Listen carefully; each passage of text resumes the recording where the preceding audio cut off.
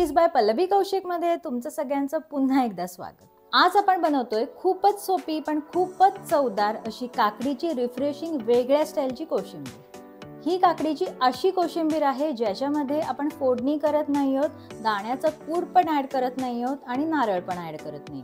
तरीही एक सुंदर फ्रेशनेसचा एलिमेंट ऍड करणारी काकडीची कोशिंबीर आता आपण बघूया आणि रेसिपीची सुरुवात करूया।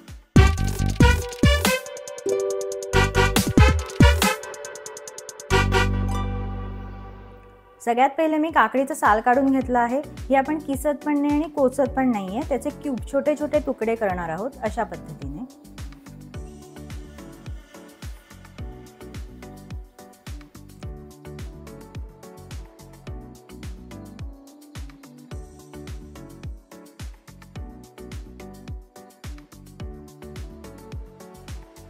अशा पद्धतीने मी सगळ्या काकडीचे असे छोटे छोटे क्यूब्स करून घेतले।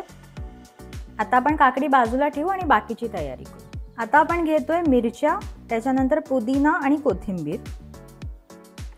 सगळ्यात पहिले मिक्सरच्या भांड्यामध्ये आपण ऍड करूया कोथिंबीर, घालूया पुदिना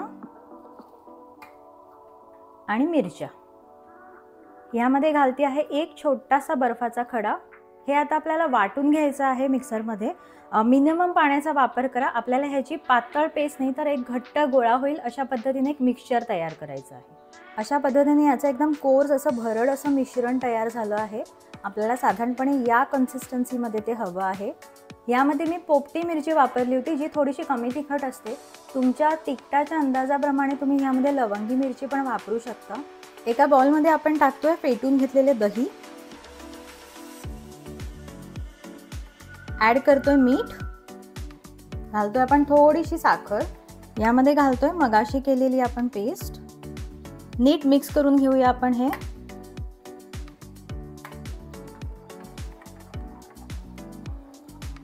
यामध्ये फायनली ऍड करूया ही काकडी आणि मस्त छान मिक्स करून घेऊया।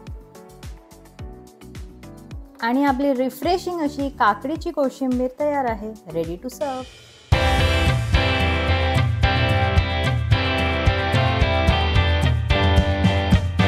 आज आपण बघितली एका वेगळ्या स्टाईलची काकडीची कोशिंबीर। जर तुम्ही ही एकदा ट्राय केली तर आय एम शुअर की तुम्ही ही परत परत नक्की बनवाल। माझा हा व्हिडिओ जर तुम्हाला आवडला असेल तर नक्की लाईक करा, शेअर करा, कमेंट करा आणि माझ्या चॅनलला अजून तुम्ही सबस्क्राईब केलं नसेल तर नक्की सबस्क्राईब करा। चला तर मग भेटू पुढच्या एपिसोडमध्ये। Till then bye bye.